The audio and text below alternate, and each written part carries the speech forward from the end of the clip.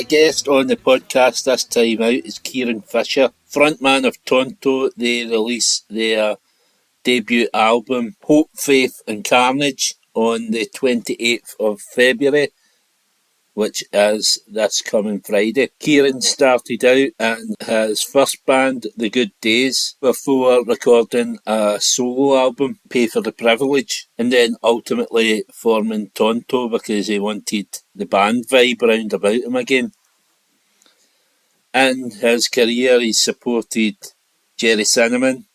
He's shared the stage with Billy Mitchell, Dylan John Thomas, the Skinner Brothers, Rhiannon Downey.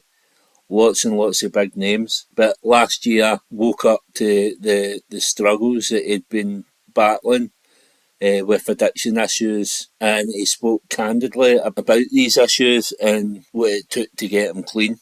We spoke about all this plus lots more. It's a fascinating insight into the music industry and the pitfalls that surround it. I hope you're all enjoying the podcast. Please keep liking, commenting, sharing and subscribing wherever you can. But more importantly, enjoy. Sunlight in my way. The seasons look like changing, but the cold will stay. Another helpless story ends today. That's all I ever. On the podcast this time out, I've got Kieran Fisher, frontman of Tonto. He's also got a previous solo album out, and I'm pretty sure he's got another album out that we're going to talk about as well.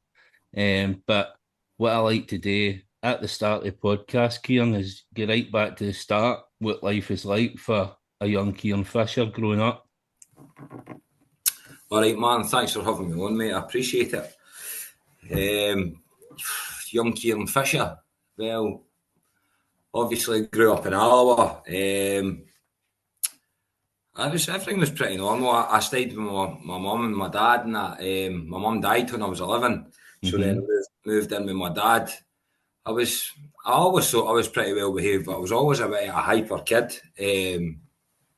Always just full of beans, running about, get up to mischief and that. But nothing too serious. Just a few detentions at school and all that kind of stuff. But Just like every else, yeah. just the normal stuff. Loved playing football, and I loved being out playing with the boys out in the park and running about. And after my mum died, I moved in with my dad, and obviously, as you can imagine, things weren't easy. But I didn't really. I had a bit of a blank. A bit of a blank for quite a lot of years, because I think I just kind of ignored a lot of stuff that was going on because I didn't want to deal with it. I started playing the guitar when I was probably about 12 or 13 because I started getting into a lot of trouble. And they suggested that I found a hobby that kept me away from the stuff that I was doing. So I decided to teach myself the guitar. So that I kind of isolated myself for a bit with the guitar. I actually started really enjoying it. I learned my first 4 chords. I think it was like G, D, E minor and C or something. That was like the first 4 chords. But as soon as I learned 4 chords, I decided that was me. I was a musician. So right off the back, as soon as I learned the chords, I started writing songs. Probably wrote my first song probably in the first month or 2 after learning the chords. And it just come really natural to me because nobody in my family plays music. Nobody's kind of like, I wasn't great at English or that. A lot of the words that are in my song, I've got to shout through to my missus and be like, how do you spell this? Again, because I'm not a great speller, but I've got a good imagination. So I wrote a few tunes and that, and then I released one at school when I was right young, and it went right round the school, and that was my first kind of taste of like, I'm all right at this and that, and everybody was like seeing you in the corridor being like, heard your song, it's amazing and that, and the buzz off that it was like, right, I need to write me a song. So that's kind of how it all started, Martin. Did you find like, or do you think now, maybe like looking back at it now, that kind of it was some sort of therapy, like maybe like obviously you blocked out a lot of stuff for your mum. So do you think, like looking back, that was kind of your therapy there? Aye, definitely. I got a lot of satisfaction at it, and a lot of the songs that even still that I write, and now they're stories about stuff that have happened in my life or happening in other people's. Like, I've never ever been mad on politics or stuff like that, because I feel like when I was younger, I used to look into a lot of stuff and that when I started smoking dope when I was like 13, 14, went right down the rabbit hole with a lot of stuff, and I felt like I was getting too emotionally attached to that kind of stuff. Mm-hmm. And in the grand scheme of things, what does it matter what Kieran Fisher for was shouting for the rooftops? You just get branded crazy. Mm-hmm. So I had to put a lot of the politics stuff down for a very early age, because I quickly realised that my opinion was irrelevant in the grand scheme of things, because my opinion doesn't matter. Obviously it matters. Everybody's opinion matters to an extent, but you're not going to change the world for Ashley Terrace and Alma. Mm-hmm. There is that market there, but it depends whether you need to kind of fully understand it, don't you? Like, obviously, like you look at kind of Jamie Webster, Jerry Cinnamon, they've kind of tapped into it, but I'm kind of saying I'm into politics, but kind of at a minor level, you know what I mean? It's like fucking, I know what I need to know, but I don't delve in enough to fucking know exactly what I'm saying, whether it's all true. So no, I think the politics, everybody's got an answer for your argument. Mm-hmm. So it's never ever going to be resolved, because everybody's opinions are their opinions, and you're not going to change somebody's opinion if they heavily believe that. So it doesn't matter if you think you're 1,000,000% right. There's somebody else at the other side of the fence that thinks they're 1,000,000% right, and you're always going to butt heads. Yeah. So I prefer to just to stay away from it. I didn't really have much of an opinion on it nowadays. I see what's going on, and whether I agree with it or not isn't going to make a difference. So I just kind of I spare myself the heat work and just try and keep in my own lane, to be honest now, Martin, and just enjoy the things that I can enjoy, and hopefully like things work out better for the economy and stuff like that. But like, it is what it is.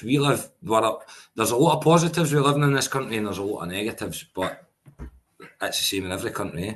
Yeah, totally, man. So, like, musically then, like, obviously, like, looking on your Instagram, your Facebook and all that, you're always covering songs. So what were your early kind of musical influences? There's one album that changed it off for me, to be honest, Martin, and probably at the time, it took everybody by storm, especially where I was from, and it's hats off to the buskers. Like I say, I started writing music, and obviously I enjoyed writing music, but I was into like in the Manchester bands, or like bands that were from England and stuff like that, or the Rolling Stones. I was a massive Stones fan. My dad had me into the Pogues and the Faces and the Small Faces and stuff like that. But for me, they were all superstars, and The View just totally blew everything out of the water when they came on the scene, because there wasn't anything Scottish in that kind of element until they went on there. They were unbelievable, that album. Same with Witchbridge. And hats off to the buskers.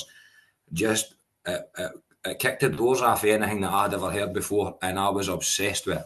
Like, probably to the point that it was unhealthy. Like, when we were all younger and drinking, I had it on constantly, and used to always argue with folk that kind of had the album on and they'd turn it off halfway through. It was like a full-blown riot, because I was obsessed, and that made it real for me. See, when I seen The View playing Tina Park early days, or playing Glastonbury and stuff like that, I used to watch their videos constantly, and I was like, they're just for Dundee. If they can do it, surely I can have a pop at this, eh? So it really gave me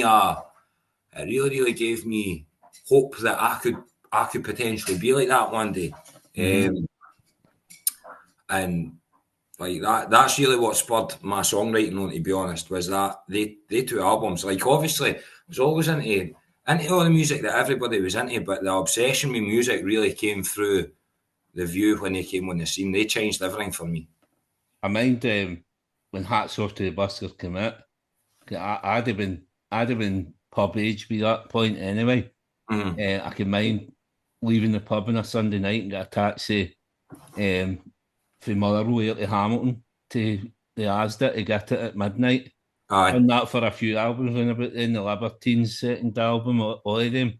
I must have been an absolute pesty cunts walking in steaming at midnight arguing that an album was it. It used to come out on Mondays, mind. Aye, man. So obviously that kind of gave you the bug. What other stuff was going on? Like, did you have a job once you left school? And do you still work? Are you still kind of juggling that with the music? I've always been a grafter for I was young. I've done a lot of mad stuff. Like, see, when I was right younger, I used to sell like fruit and stuff like that. And I got a job for Nike. I was working for Nike for a while, selling clothes. Obviously, we had a factory close to where we stay, so I got a job in Nike. I worked in there for a while, and it was great.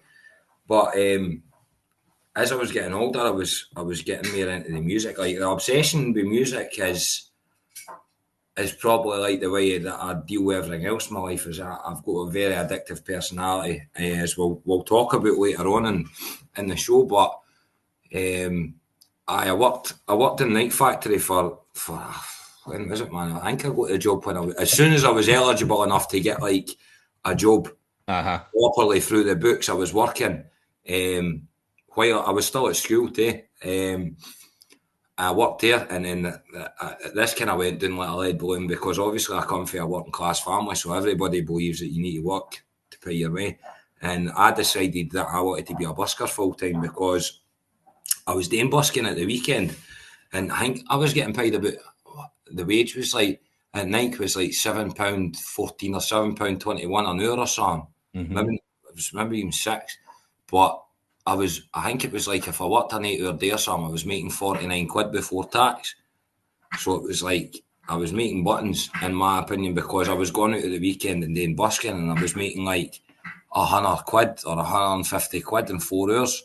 Aye, and you're doing something you enjoy as well, into the bargain. So I mind out going in one night, and like it was like a Sunday or something, and the full family sitting watching the football highlights, and I'd come in, and by this time I was like right into smoking my weed and that. I was fucking smoking all the time, and I was going a bit hippie, so it was all like, I wasn't watching the telly anymore, and I was just want to, all the usual stuff that teenagers do, just want to sit and smoke joints and fucking play the guitar, and man, just didn't worry about anything. So anyway, long story short, I went into the living room, everybody's sitting, I was like, listen, I'm quitting my job at Nike.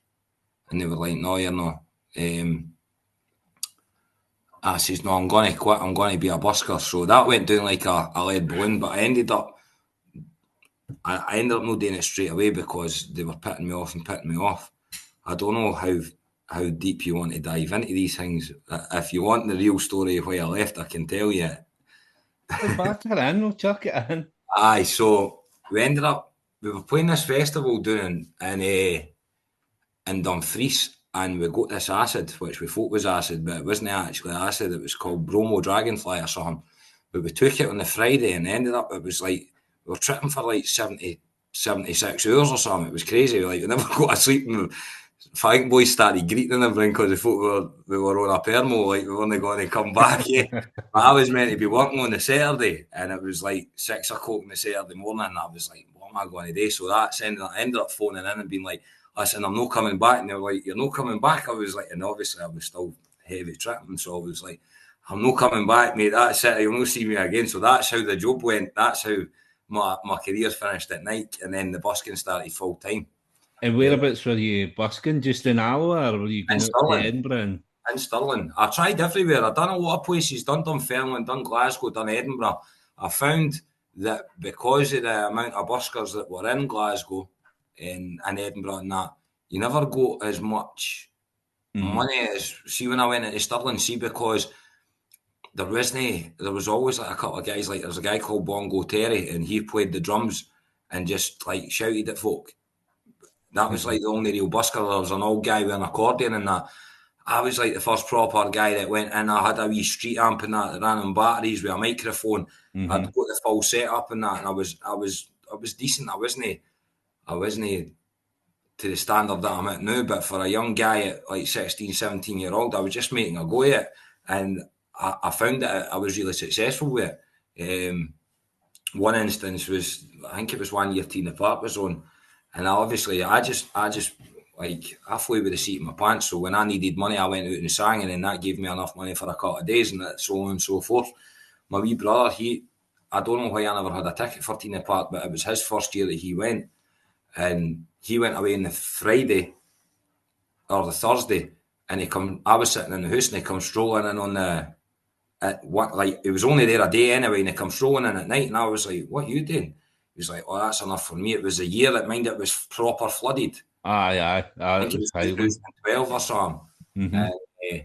So I was like, he had a full weekend camping pass, so I cut his band off and glued it on, and I went out on the Saturday, and I went and done busking in the morning for like 8 o'clock in the morning to 12, and I think I got like 150 quid.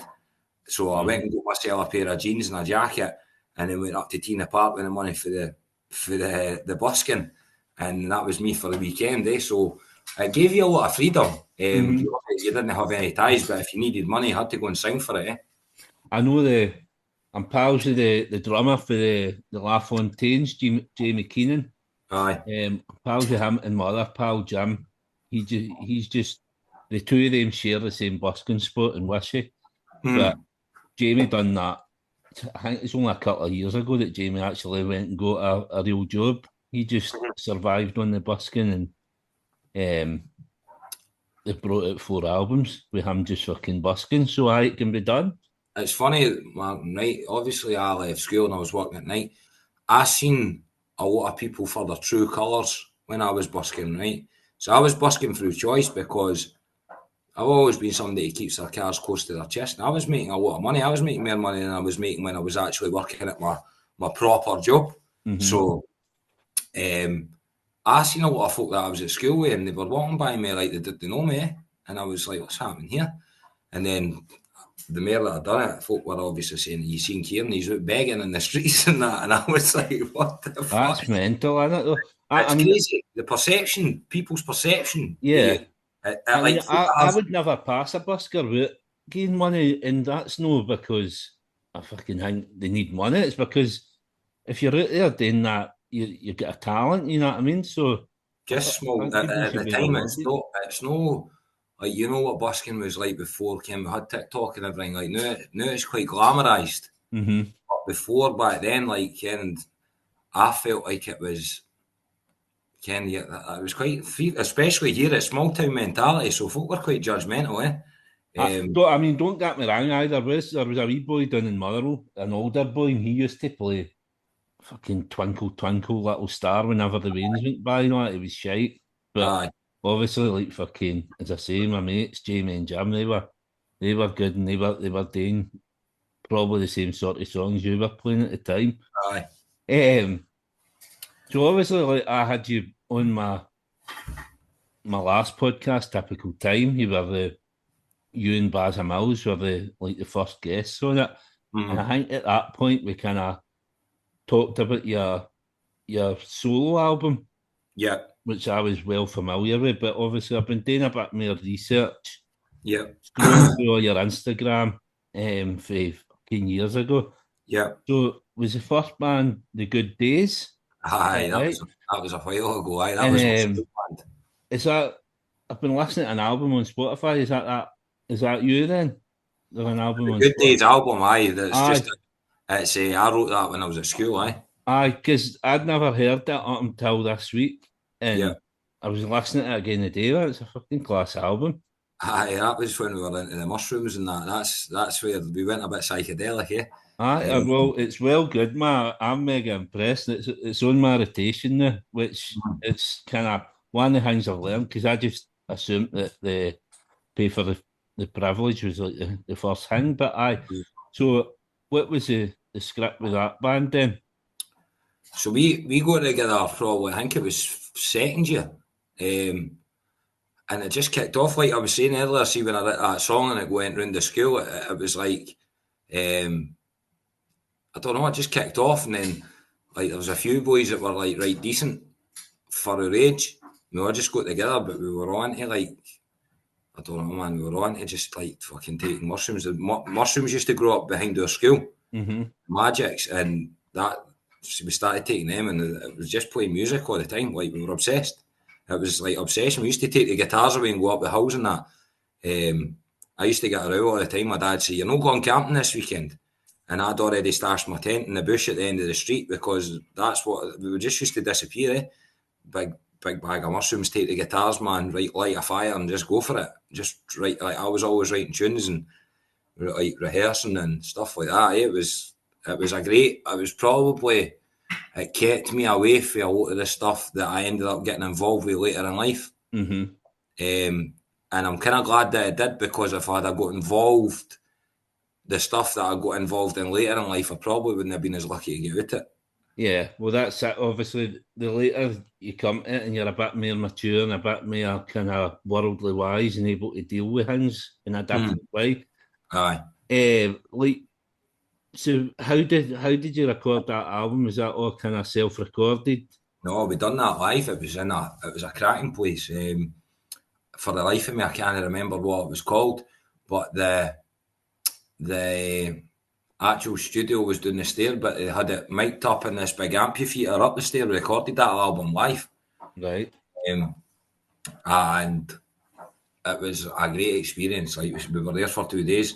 We ended up sleeping in there was a basement with like hundreds of old couches in it and that. And obviously we were just at school and we never had any money, so we had enough money to get there, pay for the recording and get home.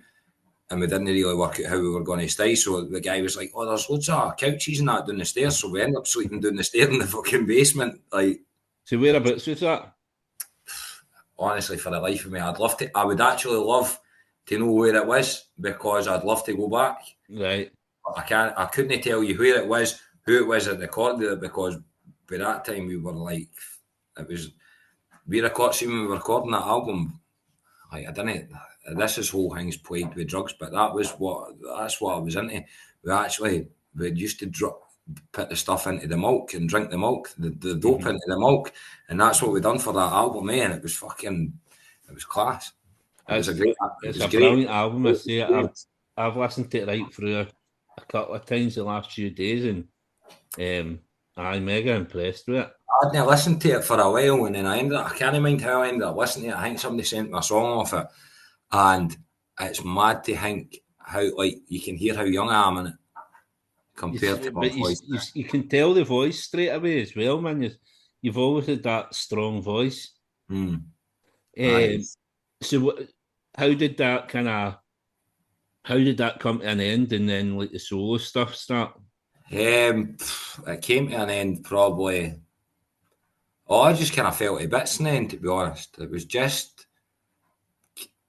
was always just really kind of fly by the seat of your pants. We played a few festivals, like we played Eden Main Stage, we played down the Rabbit Hole, played the Norton Gorick Festival, we played Soul Fest, played quite a lot of decent festivals when we were at school and that. But it went the way, like one of the boys went to uni and the other boy, I fell out with him, and then it just kind of was down to like me, the drummer, and I ended up getting another bass player in. But after that, it was just like, you couldn't rekindle what we had. So then I just kind of left it. I set the drummer and the bass player up with, I think, another guy. They're actually still gone as another band. I can't mind the name of it, but they're actually still working together after all these years. Right. Oh, that's nice. Which I'm glad about, because especially the drummer, man. The drummer was a really talented guy. He was right into Keith Moon and everything, and like Echo and the Bunnymen and that. And his drums were fucking top class, eh? And so, like, solo wise, then obviously, like, 2015, around about then. I think your first solo gig was in Nice and Sleazy's with the Beat Movement, Jamie Riley and Jamie Coleman. I think so. That was a Jamie Coleman. Is Jamie Coleman, was he on Vida?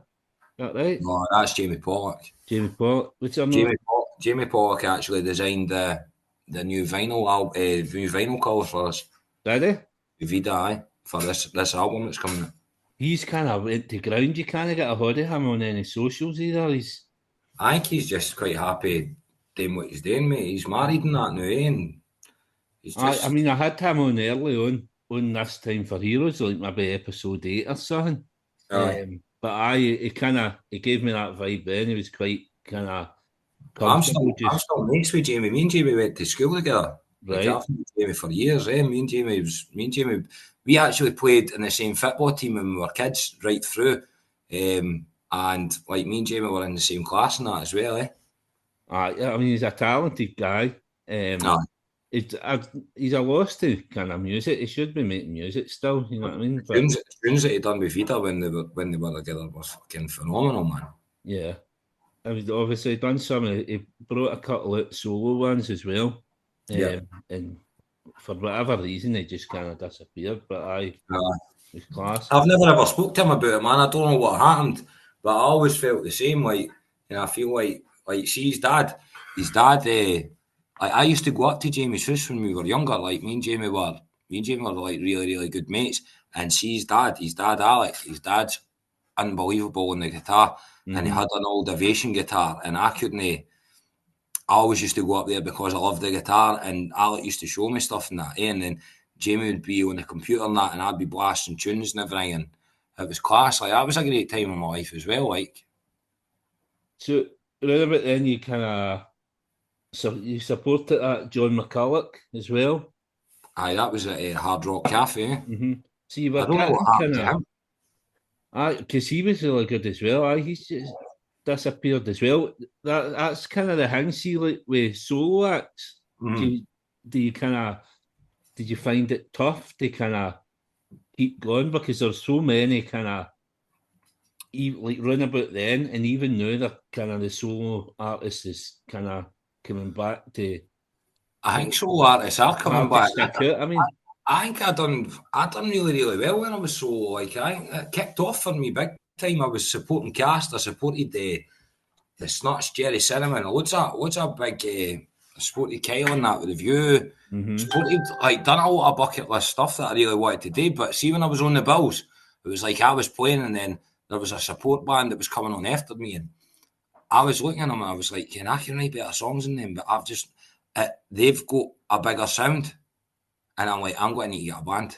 And that is why I ended up forming the band. Because I was like, if we get a bigger sound and I can get these songs sounding massive, then it's going to kick off. So that was ultimately why I decided to get a band.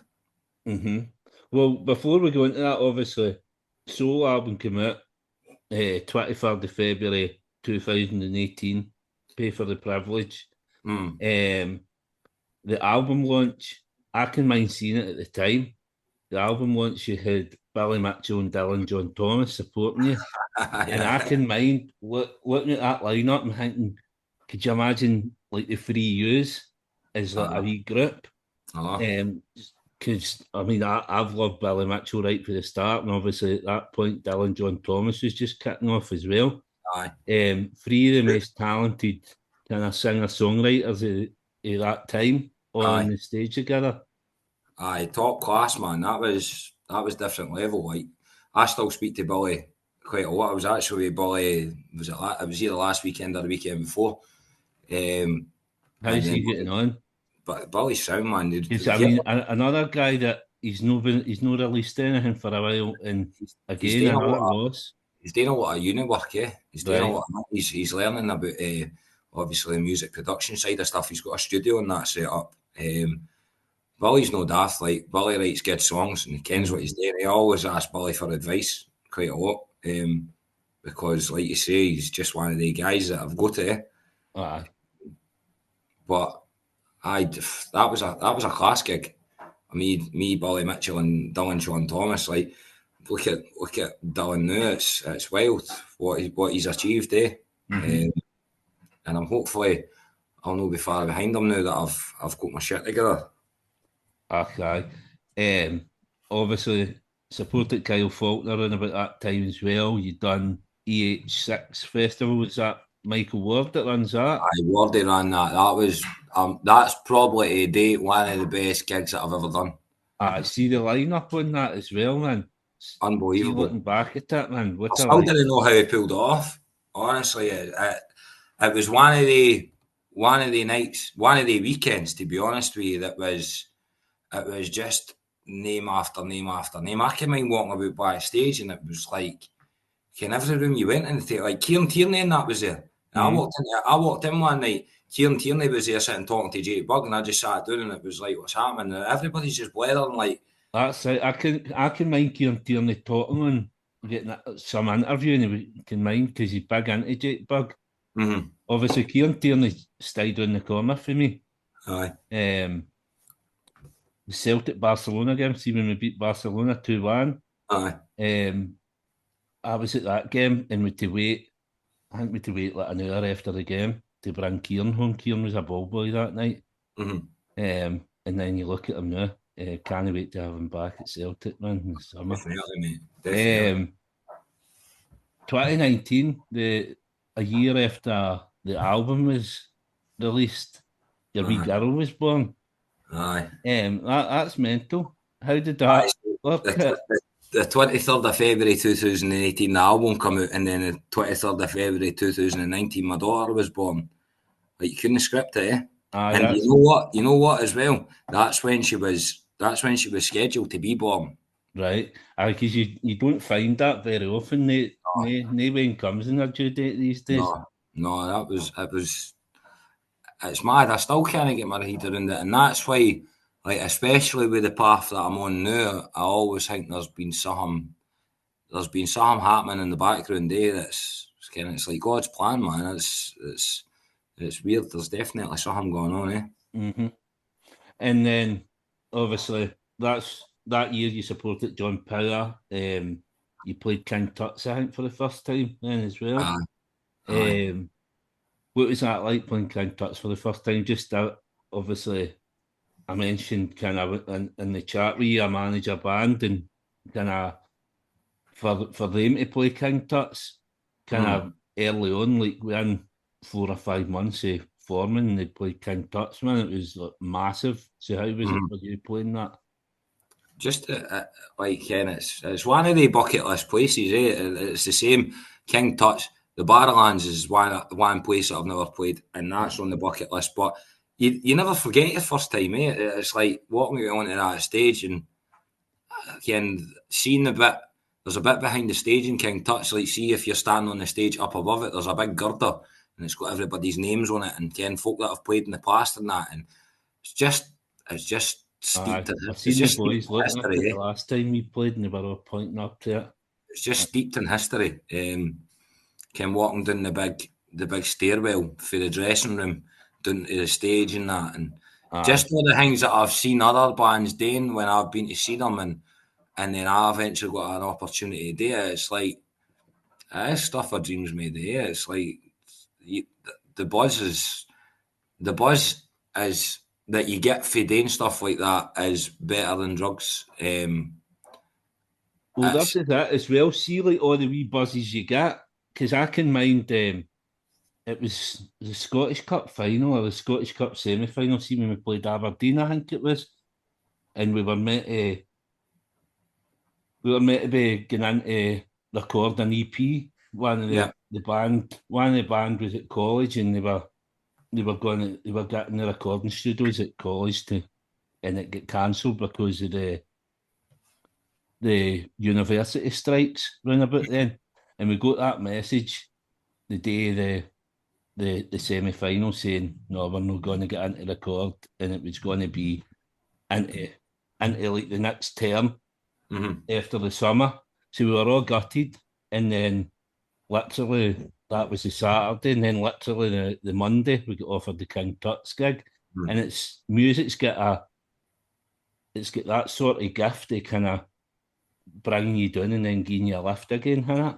It saved my life on multiple occasions, especially like you're saying, feel like you're up against the wall. You've just had a bit of terrible news, whether it's involved with music or just in general life, and then something just fucking flies right out the bag and saves your bacon. The amount of I can't count on.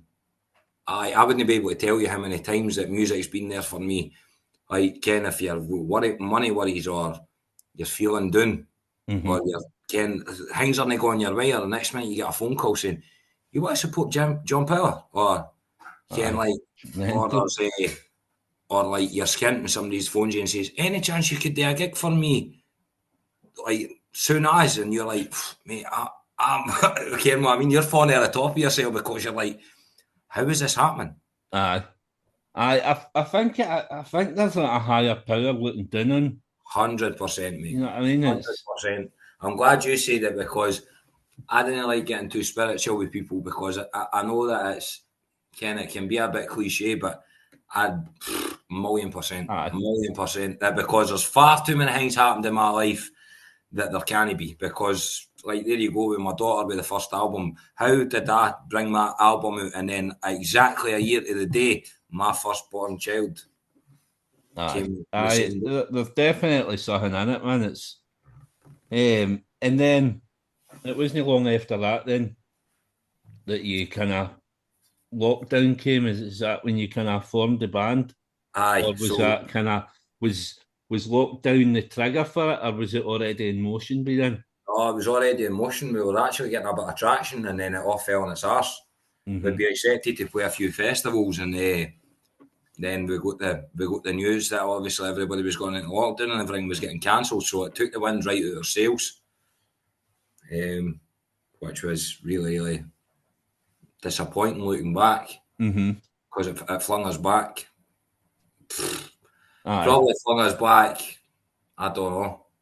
Well, only really recently we've been getting our shit together. We actually we had another bass player in, and he ended up leaving. I'm not even going to go into it because it's no anything serious. It's just boys will be boys. And then we put an ad out looking for another bass player, and that's when we found Lewis. And since Lewis has come into the band, the productivities went through the roof. No, like, obviously because of Lewis's nature as well. Lewis isn't like what we were like. We were fucking nuts. Lewis is chilled out. Lewis is really chilled. And we were like, you had to scrape us off the ceiling. Right. So he came in, it kind of changed a wee bit. It didn't really change. We were actually talking about it the other night that it's mad how far we've came as a band, our brothers, compared to what we were, because it wasn't even organised chaos, it was just complete chaos. So we're going to touch on that a wee bit later, but obviously, do you think then again, maybe, like as we talked about that higher power, do you think it's that kind of, right, we're going to give you this guy and he's going to calm it down a wee bit, and that's probably what you needed at that point? Aye, everything's happened. You couldn't have planned a schedule for it to happen better than what it has, because I think we needed the lockdown time for it to get all the shit out of the system. Like we just went bananas, totally bananas, like a lot of people did. Well, that's the thing. Especially being in a band at that time, I think it either helped or hindered bands. I mean, obviously, like a lot of the grassroots bands that I've had on, if they've just been starting out, it's gave them that kind of time to kind of gel. Yeah. So we've got a studio, Martin, that we've got the keys to. So all our stuff's down there, set up 24/7. Go in any time you want for as long as you want. There's no time schedule. So I'd lose days down there. Like, you'd literally, we've got one wee window, but you used to hear a Scotland flag draped there. So, like, and you didn't know if it was day or night. And then, obviously, after a proper session, you'd take a wee look out the window and you'd be like, fucking hell, man, it's... we've just done a solid 18 hours in here, eh? You know what I mean? Aye. Which was all great. Like, I'm not knocking it, mate. I'm not knocking... I just can't behave, so that's why I've decided to do what I'm doing, because it was better for me. But it doesn't mean because I'm doing this that everybody has to do it, eh? Yeah. So obviously 2021, 2 singles out, Down the Hatch and Insider. Yeah. You supported The Chase on a This Yeah. Feeling show at Broadcast. Aye. You played Vibration Festival in Falkirk. You played E86 Festival again, and you finished the year off supporting Billy Mitchell in Dundee. So you're still getting the gigs, you know Yeah. that. You're still kind of getting it there. 2022, you had one single out late on, like the end of the year, November. You had Yellow and Blues come out. Aye. But again, loads of gigs, loads of good supports that year. Rianne Downey, the Gulps, the Vanities, and the Raz. I had Jack for the Raz on the podcast a while back. But the first one that year was the Skinner Brothers. I was meant to go to that at King Tut's. Aye. And it's funny, maybe that higher power again. Celtic were playing Dundee United that night. So I was in the town, and I was in King Tut's early, but I think somebody said something about the Skinner Brothers were going to run quite late, and I was going to miss my train if I stayed to watch the Skinner Brothers. Aye. So I ended up, I thought, fuck it, I'm not staying for Skinner Brothers. I ended up, I just came out and went down to the toll booth and watched the Celtic Dundee United game instead. So I never even seen you that night. Aye. But Callum McGregor scored the opening goal that night, Yeah. the Scottish Cup game, and obviously he scored the opening goal there against Dundee United at the weekend. It's beautiful. So I was at the game yesterday as well, the first time I've been this season, and it was just when I was thinking about it last night, I thought that's odd. That he scored the opening goal again. But how was that Skinner Brothers gig? See, to be honest with you, Martin, see, by that time I was really not well with the drinking that, mate. Yeah, I was sick, probably. I don't know, mate. I was drinking and being sick and drinking and being sick and drinking and being sick, and then done the gig and then come off and kept drinking and being sick. Yeah, it was just It was just fucked, mate. I enjoyed the gig. Like, we took them up a bottle of whiskey, took them up a bottle of malt. It was like a proper good bottle. I think it was like 60, 70 quid, hoping that they'd get it open and we'd get a fucking session, but nah, it never happened. They were quite reserved, I think they come across as a bit wild, but I think there's a lot more to it. I think that boy kind of knows what he's doing. Aye. Zach's a lot more reserved than what I was expecting. I was expecting full gutty, like, here we go, balls to the wall stuff, but it wasn't like that. It was pretty chill, to be honest. So at that point then, like, obviously if you're saying about how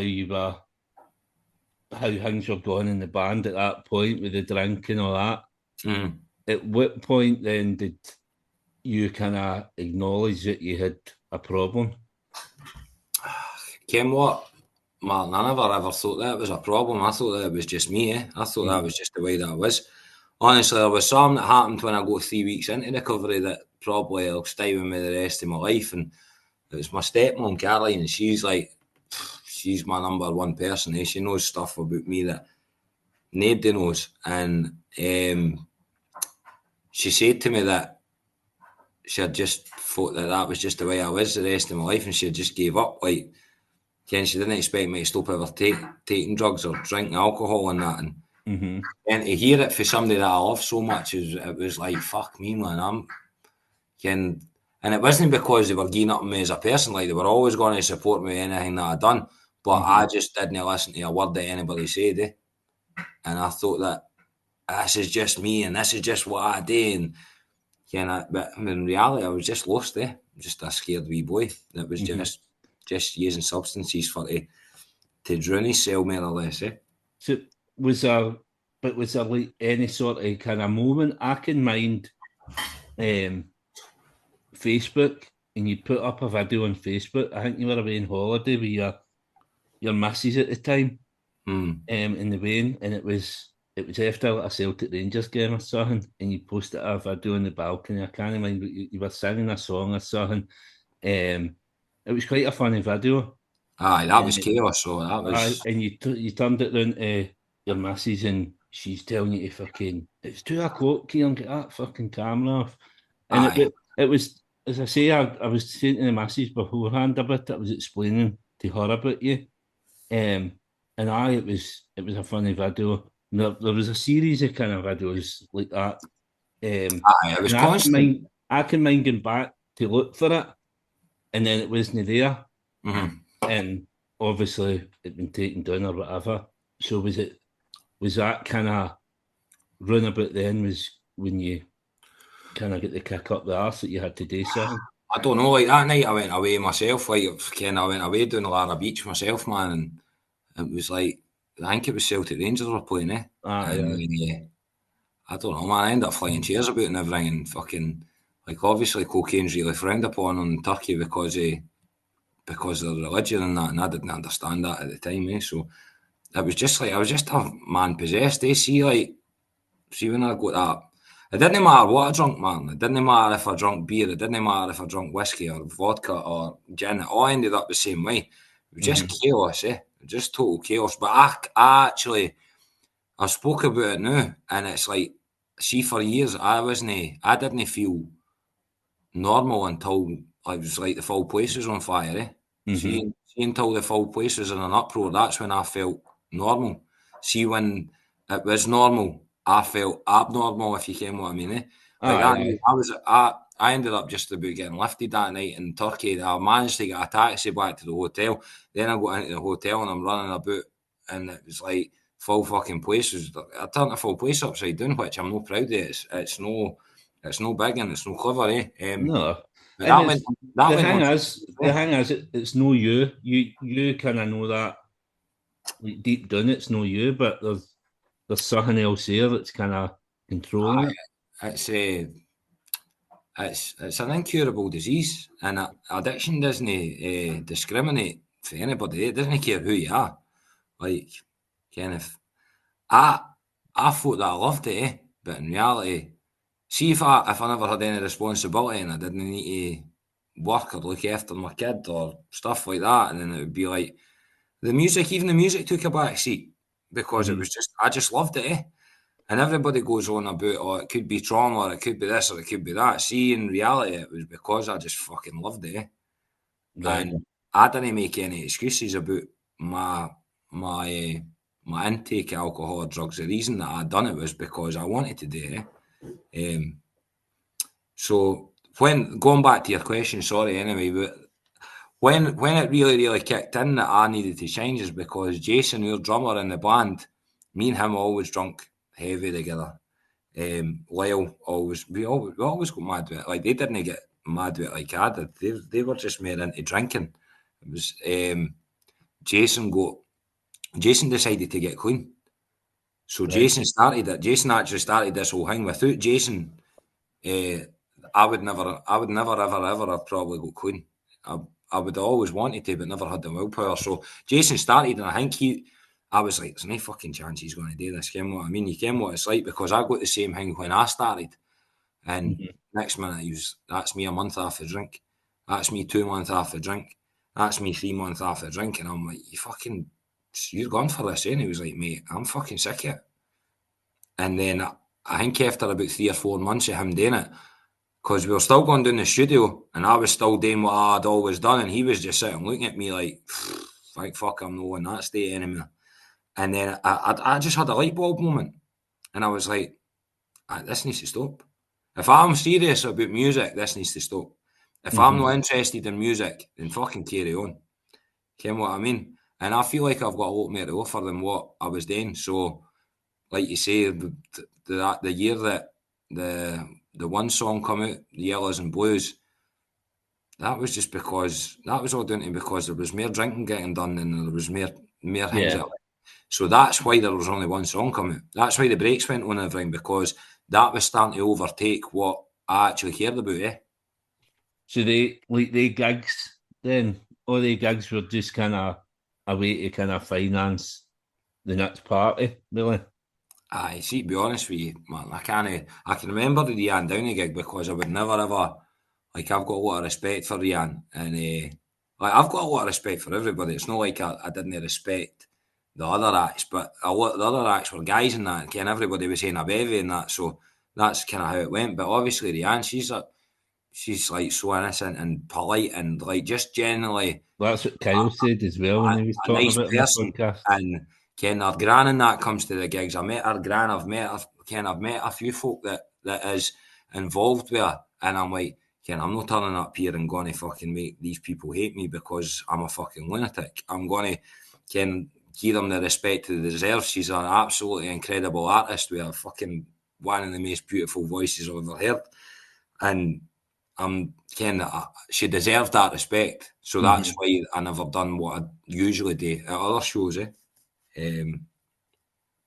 But regarding the other shows, I can't really remember much of them, to be honest, because that's how daft we were, right? Is we used to hire buses to take us to gigs so we could get mad with it. So we'd maybe only be getting paid, I don't know, 50 quid, 100 quid. And we spend 100 quid getting a bus to the gig. Then you've got your carry out on top of it and whatever else you're doing. So it was costing us money to go and play gigs. Aye, so eventually something has to change then, and obviously, as you say, with Jason there, and then the support of your stepmom must have been integral at that point. Yeah. 2023, another couple of singles out when it all falls into place in Silver, and then last year, another 3 singles out as well, which looked to me, if I'm looking on kind of Instagram, for what I was led to believe it was an EP. Well, and then at what point then did you say, no, this is going to be an album? So there's a thing that happens when you play music, and it's everybody's got to put their 10 pence in. Everybody thinks that their opinion matters, and I went through a long time asking for people's opinions and taking them on board. See, in reality, I'm the one that's writing the songs, and it's my journey. So I'm going to take the wheel and decide what's happening. So originally we did decide that we should do an EP and we should release song, and I just felt like it was so boring. Like I was already bored listening to the plan of what was going to happen. So how's it going to excite anybody else? And Martin, I've got songs coming out my ears. I've already got another album written for the back of this one. Right.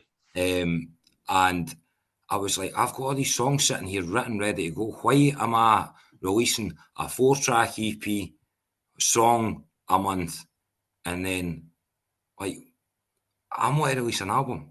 You can yourself when you listen to a band, right, and they've got a song here and a song there and a song there. After 2 or 3 songs, you're like, right, that's it, and they're forgotten about. See if a band releases a proper album with a bit of substance, and you've got 10 tracks that you can hear a soundtrack to your life, you're going to keep listening to that band. Exactly. Well, the fact that you've already had a solo album out, and even early on you've had the Good Daze album out, why would you not want to put another album out? Like, Exactly. see, when you see these bands, a lot of the bands they'll release, they'll say, right, an album's coming out, and they'll release maybe 4 or 5 songs off it before it comes out.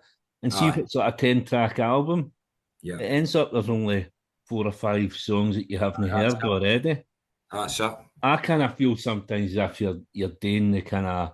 you're robbing them, eh? You know what I mean? Because they've got half the songs already. You're not really doing much new. That's the only reason we done the 3 songs, because it was like, you know what, man? I just want this to drop with it. Like, I'm kind of like a spade's a spade. Like, see if something's not good enough, I know it's not good enough before I've even finished it. And every single song that I've put in this album, I believe, is good enough to be on there. And there's, like I say, there's probably 20, 30 songs still sitting written that I wanted to put in the album, but I felt like these at the time were the best for it. There's no fillers on this. There's no need for it to be any fillers on this, Martin, because I've got the substance. I've got loads of songs there sitting. that are ready to go on the next one, that I'm proud of and happy to sing in front of people.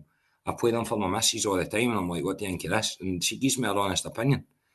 Because I see yes, people saying this is great, this is great, this is great all the time. Everything can't be great. Everything can't be great that you do. Hear what I mean? I need to hear that's all right, but it's not as good as this. Or if you've maybe changed that, but I need proper feedback for people. Yeah, and that's the thing. You don't get anything better than your other half to kind of tell you the truth. I Definitely. get it with the messages with the podcast and with other stuff I do. Yeah, it's the one person that is going to tell you the truth rather than just what you want to hear. Yeah. Obviously, the tail end of last year as well, you went out to last year at Casa. Yeah. So, how was that out there Like, writing? And obviously, I had Kyle on the podcast a few episodes ago. He mentioned you had wrote a song together, which yeah. I'm led to believe isn't on this album. Is there any plans for that to release? I was actually speaking to Kyle. I was speaking to Kyle the day, but I was speaking to him the other day as well. And I don't know if I'm allowed to say what the plan is for it. But Well, we'll keep it stum. If you're not allowed to, you're not allowed to. But like to say, we know it's out there somewhere. see when I went to Spain, it was life changing. The place is like paradise for a songwriter. You wake up in the morning and you've got the full day in a beautiful place with every single thing you need at your disposal for to write songs, and that's your sole purpose, is to be there. You didn't need to do anything else. Your sole purpose is to be there and write songs, where for me is paradise. There's so many people been there as well. Like so many people I've had in the podcast and other people that I'd like to have in the podcast. I was on the website last week, looking through the pictures, and I thought, I know like about 70% of the people there. Yeah, And that wee Robin Ashcroft, she was at one. She yeah, sticks out like a sore thumb with that green red hat on. yeah. And I seen as well. Did you get funding for that for a company to go out there? Aye, so I won a scholarship with Oilfast. Oilfast that's actually just went live again. So anybody that's wanting to apply for it, go Because into I've been saying to Oilfast wee boy socials. from my band about it. Well, you should definitely apply, because I never spent a penny. Like, they paid for my flights, they paid for me to go there. It was unbelievable. Like, big thanks to James as well. It was like James for Oilfast. I'm actually really good mates with him now. He came to my gig on Friday there with the band. We played in Behind the Wall with Phil, and James come out. Like, me and James are actually really good mates now. I talk to James more or less every day. Right. He's a top guy, and what he's doing for people like us is unheard of. Nobody will give you a better opportunity in your life if you're a musician than that scholarship. And how did you come about that? Like, did you have It's- any connections with him No, beforehand? I had never even heard of the guy before in my life. Never heard of him. I seen it advertised, and I just went through the application process like anybody else. I didn't phone Kyle. I didn't know. I just done it off a whim. I done it, and my missus took a video of me singing a song that I've not released. It's called Honey Tea. So that's what actually got me in. Was a song that's not even on the album. I filled the form out. My missus took a video on her phone of me singing Honey Tea and saying about myself, and I was driving home from work one night and I had an absolute shit day. I was working with Paul McPhee. There was nothing to do with work. Work was fine, but it was like the traffic to get home that night was absolutely killer. And then after I dropped Paul off, the road back to my house was shut, and I had to go like a big massive detour away round past Flynn and that, and then back here Kincardine Bridge for the rat walk to get to my house. So I was sitting in all this traffic and the phone rang, and I answered it, and I was like, hello. And James was like, is that Kieran Fisher? And I was like, aye, it is. So it's James for Oilfast, mate. And I was like, all right, what's happening? Thinking, fucking sorry. he was like, "You've won," and I was like, "No danger." Like, it was came one of the moments. It was just like, that's just what I needed in my life, because I just felt like, obviously I was fresh into sobriety and that I was dealing with a lot of fucking shit. No, like just personal stuff that was just kicking the shit out of me, and that was like you say about the higher power thing. That was just putting me on my path at the right time. I think if when you look through that career, like when you look through this interview, there is so many moments where it's came to prominence that there's somebody looking down on you that can pushing you on. Aye. So you mentioned PG gig on Friday. Yep. How was that then? Because another one that I've had on the podcast as well, a cracking guy. It was really good. It was well done. It was an intimate show, seated, acoustic, Right. which was great for us because we're doing a few acoustic shows with Kyle coming up. You've got one coming up in Bathgate, haven't you, in March?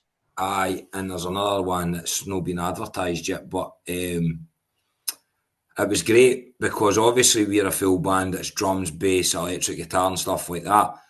And we've been rehearsing acoustic, which is totally different for us, and it's brought us on leaps and bounds because there's nowhere to hide with acoustic. And sometimes if the drums are banging and the bass is banging, and you play a wrong note, you can save it. But when you're laid right out for everybody to see when you're playing acoustic, and it's really brought us on. We've really tuned in, and it was class. It was a great venue. The sound engineer was class. Got the sound bang on. Everybody was right on the edge of their seats with the songs because obviously we were playing songs off the new album. So it was good to see how they were received, especially for people. You're playing songs to people that they've never heard, and they got a great reception. So it was definitely a successful night. And like you say, Phil's a great guy and got a good blather with him. So it was another contact in the bag as well. Another gentleman that's on the circuit. Is that the first time you've met Phil? Aye. That's mental. I thought your paths would have crossed before now. I mean, as I say, I mean, he's another one. He's been to the songwriting camps as well. There's just so many of them. Billy Mitchell, Dove, Ben Walker, all sorts, man. It's that's what I says to Kyle. Does Kyle feel like the elder statesman of rock and roll now, kind of passing on his kind of wisdom to all the new up and coming folk in the industry? Suppose it kind of is, mate. There's nobody that's fucking been there and done it more than Kyle. What has he not done? He's done everything. For the music, there's you go to Spain and Kyle's got all his stuff up for you over the years. Like even just as a view fan to see all this stuff, like you go for a pee in the toilet and there's a signed letter for Roger Daltrey for the Who and that. Like, well, that's the thing as well. Do you feel? How does that feel? Kind of because obviously you said at the start how Hats Off to the Buskers was integral to you as a musician starting out, and you were super fan. aye, To then be kind of on the level you are now with Kyle, when you're able to kind of pick up the phone and speak to him whenever you like. How does that kind of feel? Is it surreal? aye. It's mad. It's took me a long time for to get in a level that I can actually have a proper conversation. Because all the times in the past when they met, I was always drunk. So I think now that it's like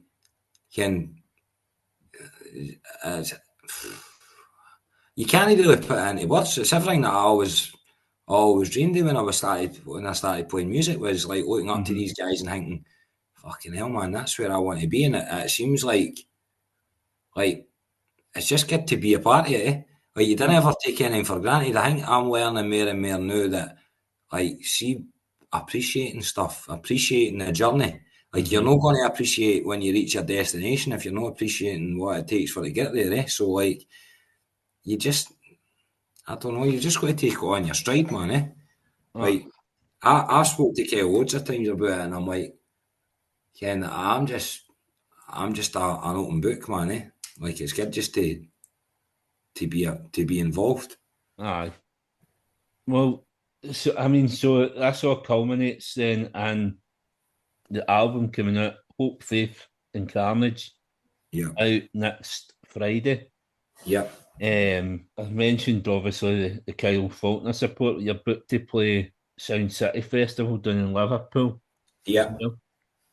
What else have you got coming up? Are you looking at like maybe a tour for the album at some So point?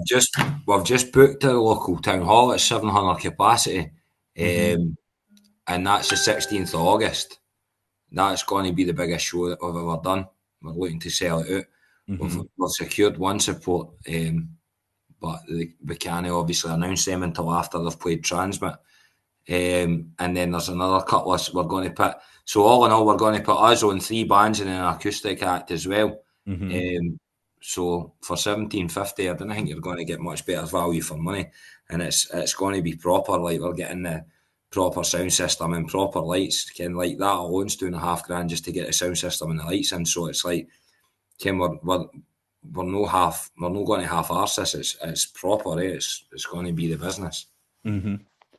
Well, if you're looking for any other support bands for it, these are shout. Definitely, mate. It's through AMAC promotions. So we've had like my inbox has been going absolutely crazy for supports, but obviously it needs to go through the promoter. So Mm-hmm. I just need to put everybody's name forward there, and I kind of prefer it that way because you know what it's like. You know that many people, and everybody wants to play, and I've been there myself. Oh, I know.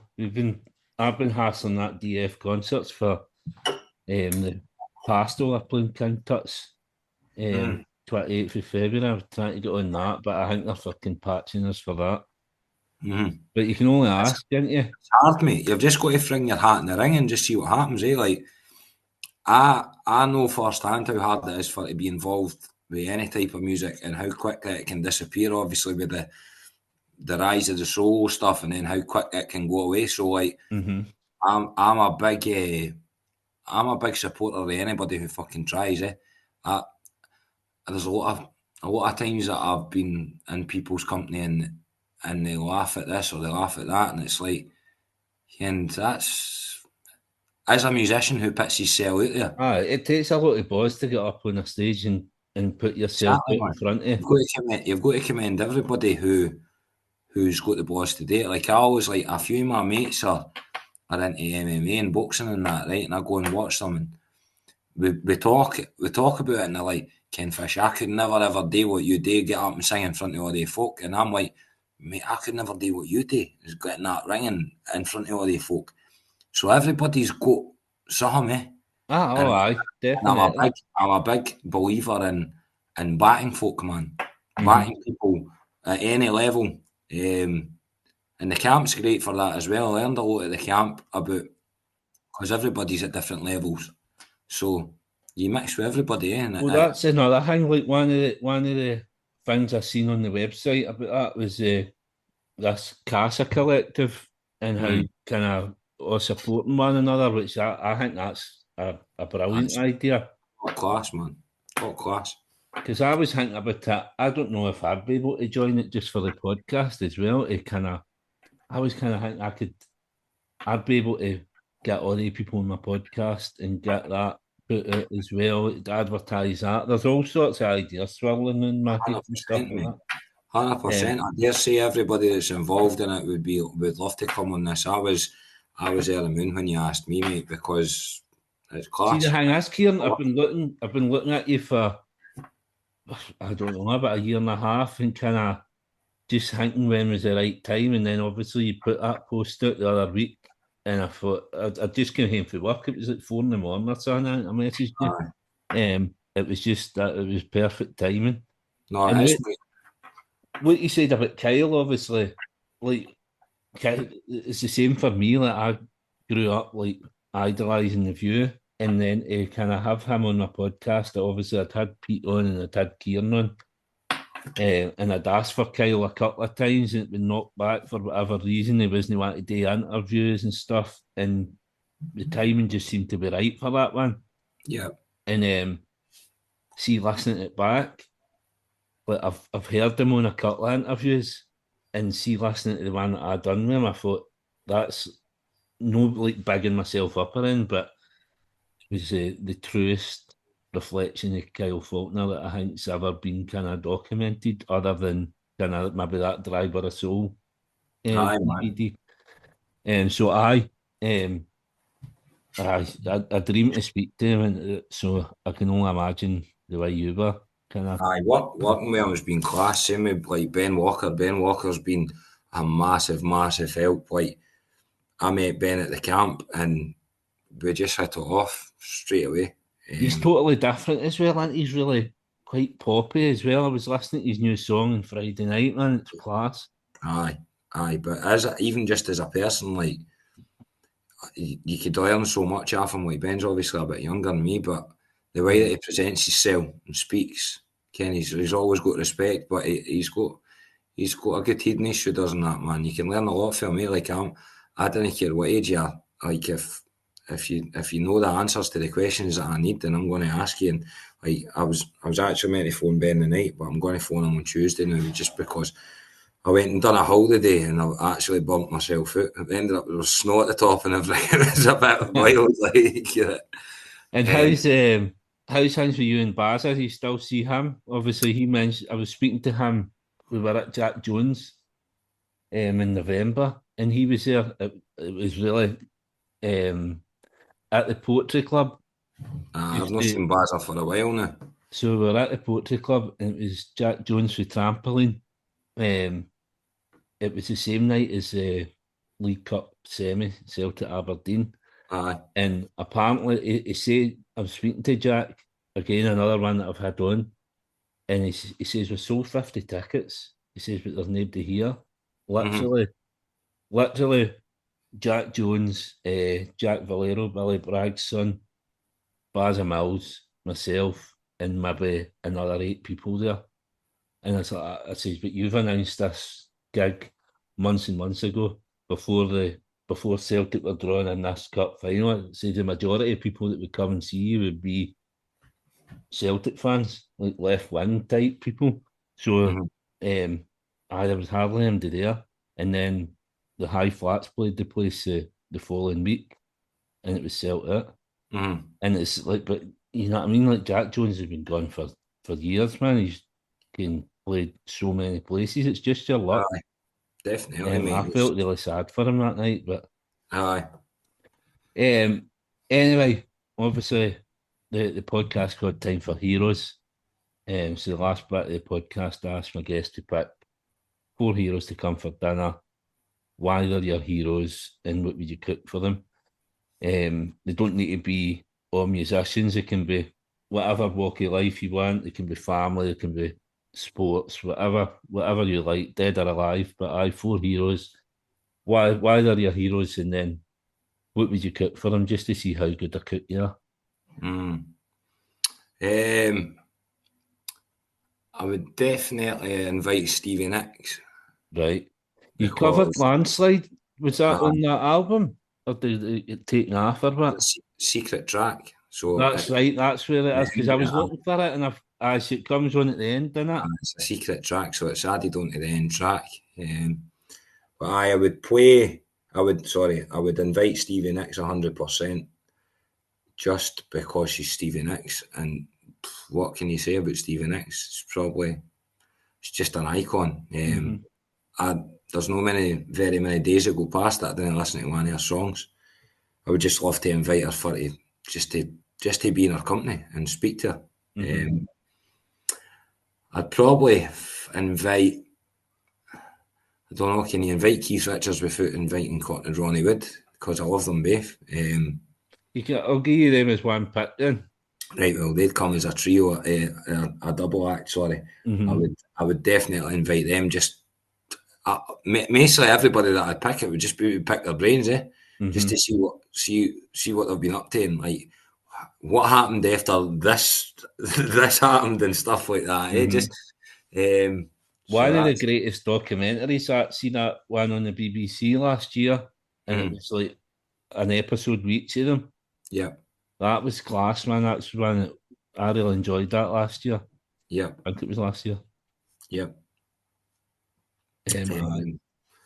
Right, who else? So that's... I think I would invite Kevin Bridges as well. Right. I just love Kevin Bridges, man. I Mhm. just love everything that he stands for, everything that he's about, where he's came from, and how humble he is even still. Like, to do what he done with these sellout shows at the Hydro and still remain the Kevin Bridges that everybody loves is just like, he just one of the guys, and I'd take Billy Connolly there as well. But only gets picked so many times, which, and it's Right, understandable, man. You can I'll leave Billy Connolly off. no, you can have. Well, I'll give you the two as one pick and all. Right, so we're cooking up with this party, right? But I had this. I had fucking years ago. I had the drummer for Baby Shambles, Gemma Clark, on it, aye, and she ended up picking about 15 folk by the end of it.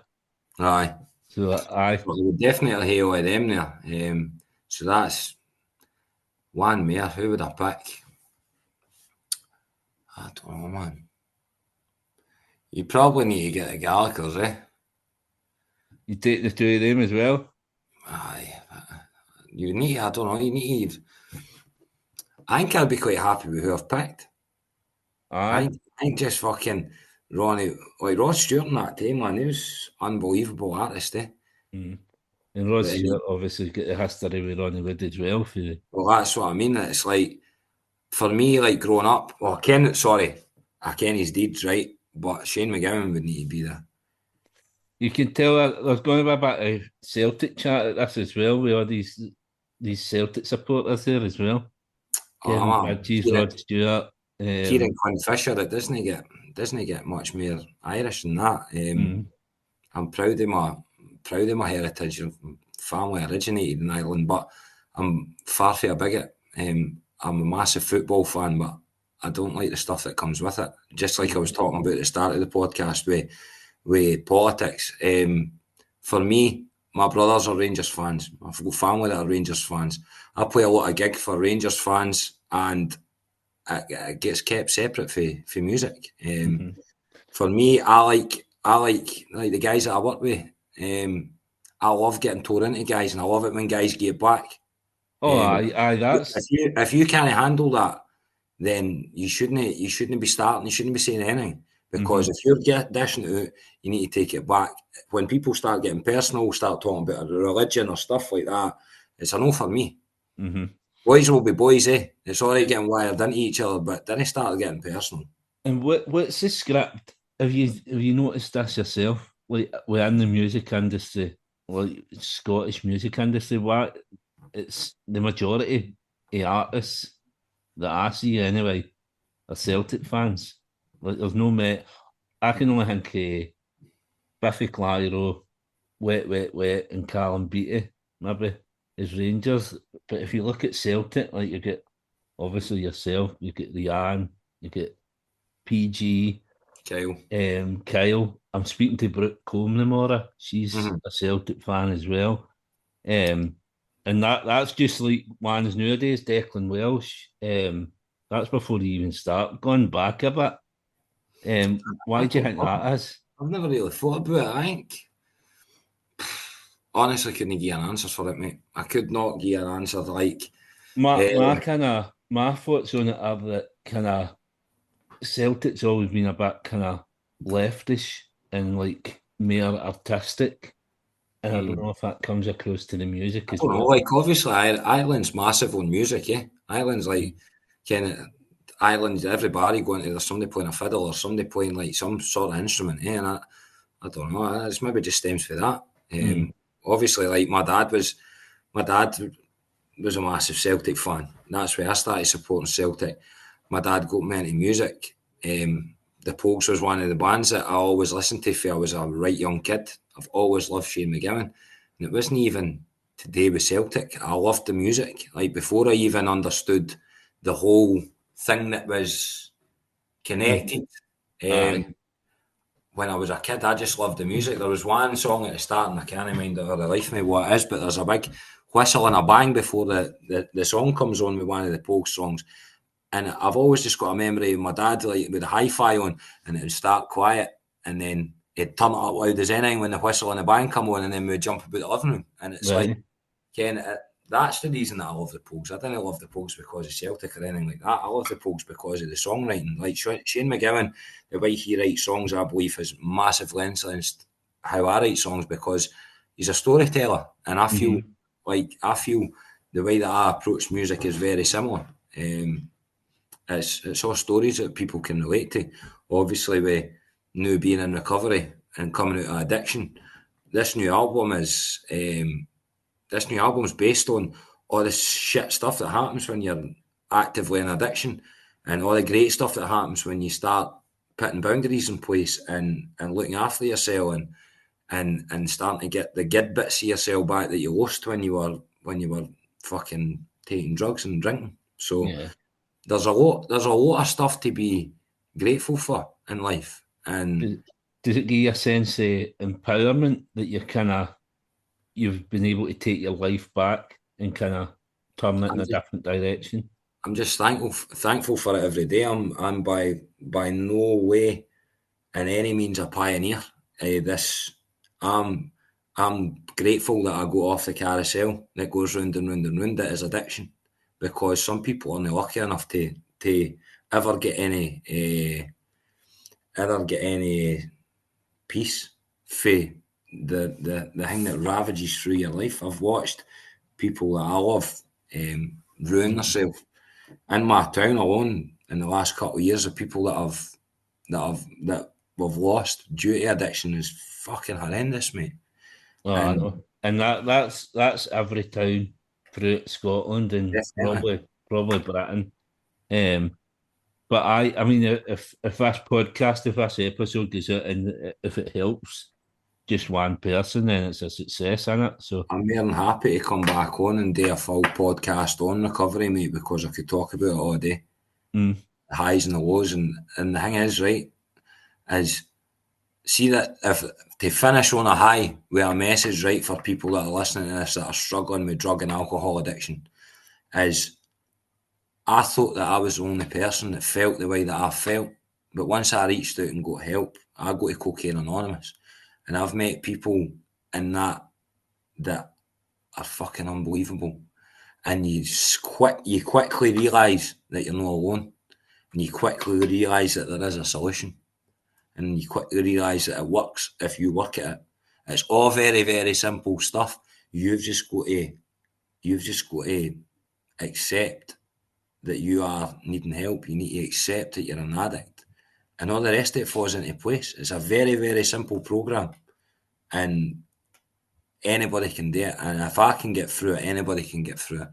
And if anybody needs any help getting put in the right direction, getting help with drug and alcohol, I'm your man. So brilliant. definitely reach out to me and I'll point you in the right direction. I've got a sponsor and he's for the Gorbals, Jerry, a great guy. Big Barry. There's loads of people that are like, everybody just wants the best for you. You think all this stuff sounds scary, Hmm. Cocaine Anonymous and stuff like that. You think you're going to be sitting in a circle and getting read the riot act. It's no. It's addicts helping addicts. Everybody that's helping you has been from where you've been. Hmm. That's why they want to help you so much, because they know how fucking shit it is. So anybody that's struggling, get in touch, and it's totally anonymous as well. So you don't need to worry about the police getting involved or your wife finding out or fucking you losing your job. You don't need to worry about any of that. Brilliant.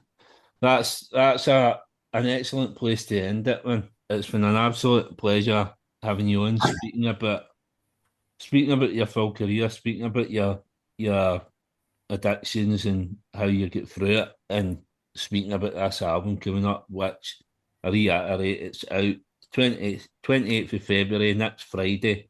It's called Hope, Faith and Carnage. I'll post all the links to it, links for your concert for this big one in August the Yeah, 16th, was it? yeah. I'll post all the links to that. But thanks very much for coming on tonight, Kieran. Thanks for taking the time. It's been an Not a absolute problem, pleasure. mate. Not a problem. It's an absolute pleasure. I hope you all enjoyed this episode of Time for Heroes podcast. If you would like to get in touch, the best way is on the Facebook page, Time for Heroes podcast, or on Instagram at Time for Heroes podcast, or Twitter at Time for Heroes P1, or drop me an email at timeforheroespod@gmail.com.